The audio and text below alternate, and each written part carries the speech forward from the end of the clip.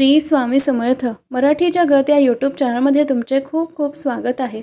आजच्या व्हिडिओमध्ये आपण गुरुचरित्र पारायण कसे करावे आणि त्या पारायणाविषयीच्या संपूर्ण नियम आणि अटींची माहिती बघणार आहोत। चला तर मग व्हिडिओला सुरुवात करूया। तर श्री गुरुचरित्र हे साधा सुद्धा ग्रंथ नसून हा एक 5वा वेद आहे। आपल्या दत्तात्रय महाप्रभूंनी सर्वांना एक चांगले गुरु मिळाले या उद्देशाने गुरुचरित्र हा 5वा वेद आपल्यासाठी उपलब्ध करून दिला आहे। कारण गुरुचरित्र हा साधा ग्रंथ नसून दैवी शक्तीने भरलेला सिद्ध मंत्ररूप महाप्रासादिक आणि वरद ग्रंथ आहे। या ग्रंथाचे पारायण आपण कधी करू शकतो तर असे म्हणतात की अंतःकरण असता पवित्र सदा वाचावे श्री गुरुचरित्र। म्हणजे जेव्हा जेव्हा श्री गुरुचरित्र वाचण्याचा प्रयत्न करतो वाचतो तेव्हा तेव्हा आपल्या गुरुचरित्राची आपल्याला प्रचिती ही येत असते।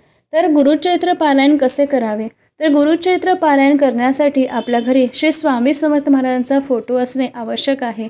नसल्यास काही हरकत नाही, पण श्री गुरुचरित्र पारायण आपल्याला जर का करायचे असल्यास गुरुचरित्राची पोथी ही आवश्यक असते।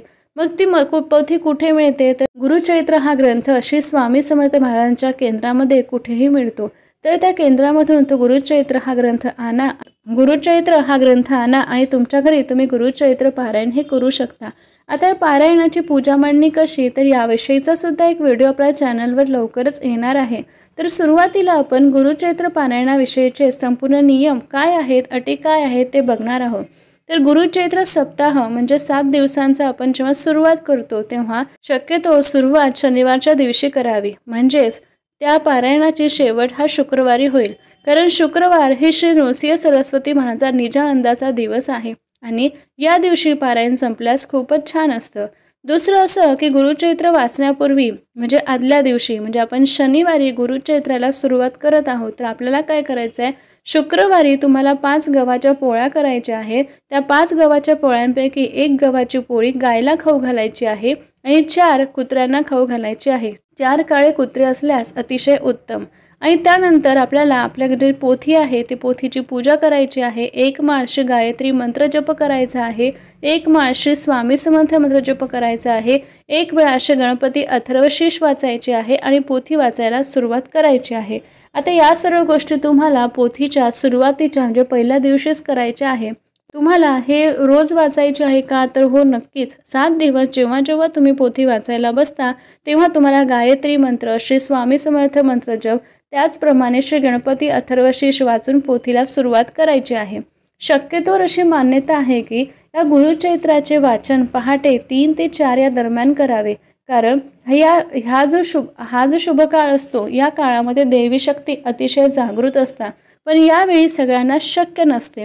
म्हणून तुम्ही सकाळी उठल्यानंतर आंघोळ केल्यानंतर देवपूजा वगैरे सगळे केल्यानंतर तुम्ही तुमचे पारायण करू शकता। फक्त लक्षात एवढेच घ्यावे की जेवणापूर्वी हे पारायण तुम्हाला करायचे आहे आणि 12 ते 12:30 या दरम्यान हे पारायण करायचे नाही।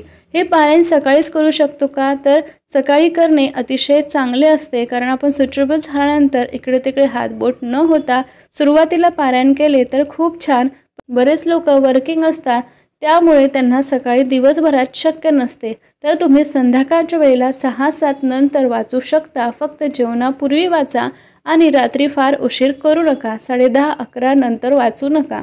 एवढेच लक्षात ठेवायचे आहे की 12 ते 12:30 या दरम्यान ही महाराजांच्या भिक्षेची वेळ असल्यामुळे पारायण बंद ठेवावे। त्यानंतर श्री गुरुचरित्र वाचनाच्या कालावधीमध्ये परान्न घेऊ नये। परान्न म्हणजे आपण पारायण करतोय श्री गुरुचरित्रच पारायण नाही तर आपण जेव्हा कोणतेही पारायण आपल्या घरामध्ये करत असतो तेव्हा परान्न घेऊ नये। यामागे एक कारण आहे। असे म्हणतात की जेव्हा आपण पारायण हे करत असतो तेव्हा पारायणादरम्यान ज्याही व्यक्तीच्या हातचे जेवण आपण खातो तेव्हा आपल्या पारायणाचे अर्धे फळ अर्धे पुण्य ते आपल्याला जेवू घालणाऱ्या व्यक्तीला मिळत असते। म्हणूनच पारायण काळामध्ये परान्न हे घेत नसतात। जर घेतल्यास आपली आई, पत्नी, बहीण यांच्या हातचे खाण्यास हरकत नाही, कारण आपल्या पारायणाचे फळ पुण्य हे आपल्याच घरामध्ये कुठेतरी राहत असते। बऱ्याच लोकांची अशी समस्या असते की उपवास करावा का तर आधीचे लोक उपवास करायचे आणि पारायण करून एकच वेळा जेवण करायचे, पण तुम्ही दोन्ही वेळेस जेवण करू शकता असं त्याला बंधन काही नाही। फक्त एवढंच की या काळामध्ये लसूण आणि कांदा तुम्हाला खायचा नाही। त्याचप्रमाणे एकधान्य करायचे। एकधान्य म्हणजे भाजी तुम्ही कुठलीही खाऊ शकता, फक्त एकधान्य म्हणजे तुम्ही जर का गव्हाची पोळी खाल्ली तर गव्हाचीच पोळी खावी लागेल, जर का पहिल्या दिवशी भाकरी खाल्ली तर भाकरीच खावी लागेल. म्हणजे एकधान्य म्हणजे कुठलंही एकच धान्य खायचं, म्हणजे गव्हाची पोळी किंवा ज्वारीची भाकरी किंवा बाजरीची भाकरी, पण पहिल्या दिवशी जे खाल्लं तेच तुम्हाला 7ही दिवस खायचं आहे. त्याचप्रमाणे जर का या कालावधीमध्ये समजा तुम्हाला पारायण वाचून झालं, पण जर का तुम्ही बाहेरगावी प्रवास करत असाल किंवा बाहेरगावी खायचीच वेळ आली, तर अशा वेळेस काय करायचं, स्वखर्चाने खायचं आणि त्या समोरच्याला पैसे देऊनच मग ते खायचं, पण शक्यतो बाहेर जाणे टाळा. अजून एक महत्त्वाचं असं की श्री गुरुचरित्र वाचन जेव्हा आपण करतो तेव्हा दाढी करू नये, नख काढू नये, केस कापू नये, या गोष्टींची आवर्जून तुम्हाला काळजी घ्यायची आहे. त्याचप्रमाणे तुम्हाला चामड्याच्या चपला सुद्धा घालायच्या नाही आहेत. याशिवाय ब्रह्मचर्याचे पालन तुम्हाला तुमच्या घरी करायचे आहे. त्याचप्रमाणे श्री गुरुचरित्र पारायण करीत असताना जर का तुमच्या जवळचे कोणी वारलं असेल, तुम्हाला त्यांच्या घरी जायचं नाही आहे, दुसऱ्यांना पाठवून द्यायचं आहे. पण जर का कुटुंबात अशी वेळ आली तर आपले गुरुचरित्र पारायण दुसऱ्या कोणाकडून पूर्ण करून घ्यावे, ते चुकूनही अर्धवट सोडू नये. त्याचप्रमाणे श्री गुरुचरित्र वाचनाच्या कालावधीमध्ये मासिक पाळी खूप सांभाळायची असते. शक्यतोवर या काळामध्ये जी मासिक पाळी मासिक धर्म असल्यास त्या काळामध्ये शक्यतो गुरुचरित्र पारायण सुरू करूच नये. पण जर का आल्यासच दुसऱ्याकडं कोणाकडनं करून घ्यावे. घरामध्ये संपूर्ण घरामध्ये गोमित्र शिंपडावे. श्री गुरुचरित्र पारायण करीत असताना कसेही वाचावे का, तर नक्कीच नाही. गुरुचरित्र वाचण्यासाठी पूर्वापार चालत आलेली एक पद्धत आहे.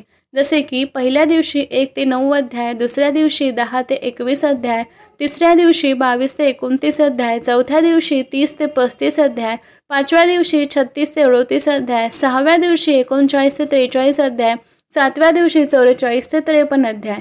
हे अध्याय आपल्याला पाडून दिलेले आहे. याचे कारण असे की या ग्रंथाच्या प्रत्येक ओवीमध्ये एक खूप वेगळे सामर्थ्य आहे आणि त्यामुळे आपल्या शरीराला मनाला खूप प्रकारे शुद्धता केली जाते आणि आपल्या मनाला शरीराला त्रास होऊ नये म्हणूनच यानुसार या क्रमबद्ध पद्धतीने आपल्या गुरुचरित्र पारायण करायचे आहे. आता या सप्ताह काळामध्ये रोज सकाळी संध्याकाळ आपल्याला गुरुचरित्राच्या पोथीला नैवेद्य दाखवायचा आहे. रोज सकाळ संध्याकाळ आरती करायची आहे आणि रात्री झोपण्यापूर्वी विष्णू सहस्त्रनाम आपल्याला वाचायचे आहे.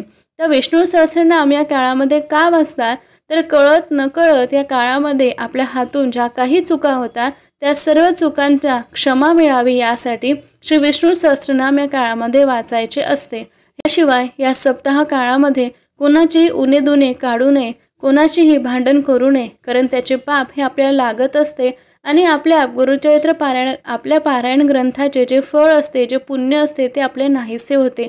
त्यामुळे शक्यतो या काळामध्ये या गोष्टी चुकूनही करू नका.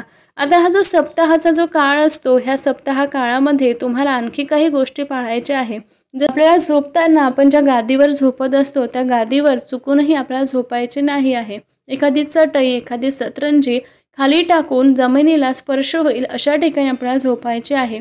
याविषयी सुद्धा एक कारण सांगण्यात येते की प्रत्यक्ष दत्तगुरू महाराज आपल्याशी संपर्क साधतात आणि आपण जेही काही संकल्पयुक्त पारायण केले असेल त्या पारायणाविषयी एक योग्य मार्ग, आपली इच्छा पूर्ण होण्यासाठी एक योग्य मार्ग दत्तगुरू महाराज आपल्यापर्यंत पोहोचवतात. मग तो स्वप्नांच्या मार्फत पोहोचवतात किंवा आपल्याला आपल्या कानांच्या मार्फत सुद्धा काही छोट्या मोठ्या गोष्टी ऐकू येतात आणि आपले जो प्रश्न असते, आपली जी समस्या असते तो पूर्ण करण्याविषयी आपल्याला मार्ग सापडतो अशी मान्यता आहे.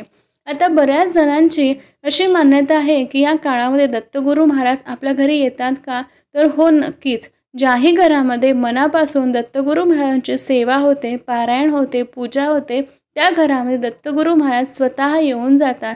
विषयीचा संकेत असा सांगण्यात येतो की जेव्हा जेव्हा दत्तगुरू महाराज आपल्या घरात येतात, एखादा सुगंध आपल्या घरामध्ये दरवळायला लागतो. एका क्षणासाठी का होईना आपण तो सुगंध आपल्यासमोर दरवळायला लागतो आणि जेव्हा पारायण करत असताना हा सुगंध आपल्या घरामध्ये दरवळायला लागतो, अचानक एखादा सुगंध आपल्या घरात यायला लागतो, तेव्हा समजून जावे की दत्तगुरू महाराज आपल्या घरामध्ये अप्रत्यक्षरित्या आपले पारायण पोथी बघण्यासाठी, आपला आशीर्वाद देण्यासाठी आलेले आहेत.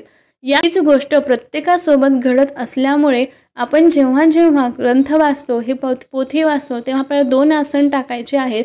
एक आसन आपल्या स्वतःसाठी आणि दुसरे आसन असे समजून टाकायचे आहे की दत्तगुरू महाराज आपल्या समोर बसलेले आहेत आणि त्यांच्या समोर बसून आपण पारायण करत आहोत। हीच मान्यता, ही श्रद्धा मनात ठेवून आपल्याला दत्तगुरूंची सेवा आणि गुरुचरित्राचे पारायण करायचे आहे। आता गुरुचरित्र पारायण सप्ताह आणि 7 दिवसांचे एक पारायण अशाच पद्धतीने करायचे असते। त्याचप्रमाणे एखादी आपली इच्छा असेल जी कधीच पूर्ण होत नाही, पण आपल्याला असं ती इच्छा असते की पूर्ण व्हावी, तर ती आपली एखादी इच्छा पूर्ण होण्यासाठी अशी मान्यता आहे की 21 दिवसामध्ये म्हणजेच का एका महिन्यामध्ये जर का आपण 3 पारायणे पूर्ण केली तर आपली जी इच्छा असते ती इच्छा पूर्ण होते अशी मान्यता आहे। म्हणून अशी इच्छा असल्यास नक्कीच एका महिन्यामध्ये 3 पारायण म्हणजे 21 दिवसामध्ये 3 पारायण तुम्ही करू शकता। आता या कालावधीमध्ये आपल्या वाचनामध्ये, नित्यसेवेमध्ये कधीही चुकूनही खंड पडू देऊ नये।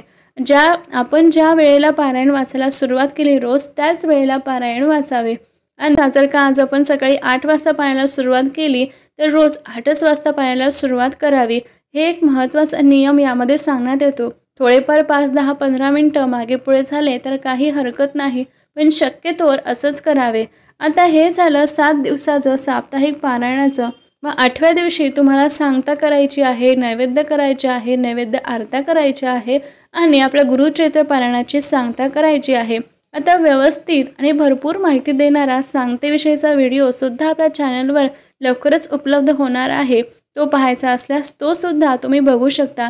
ही माहिती तुम्हाला कशी वाटली ते सांगायला विसरू नका आणि अशाच नवीन माहितीसाठी चॅनलला भेट देत राहा। व्हिडिओ आवडल्यास नक्की लाईक करा। धन्यवाद।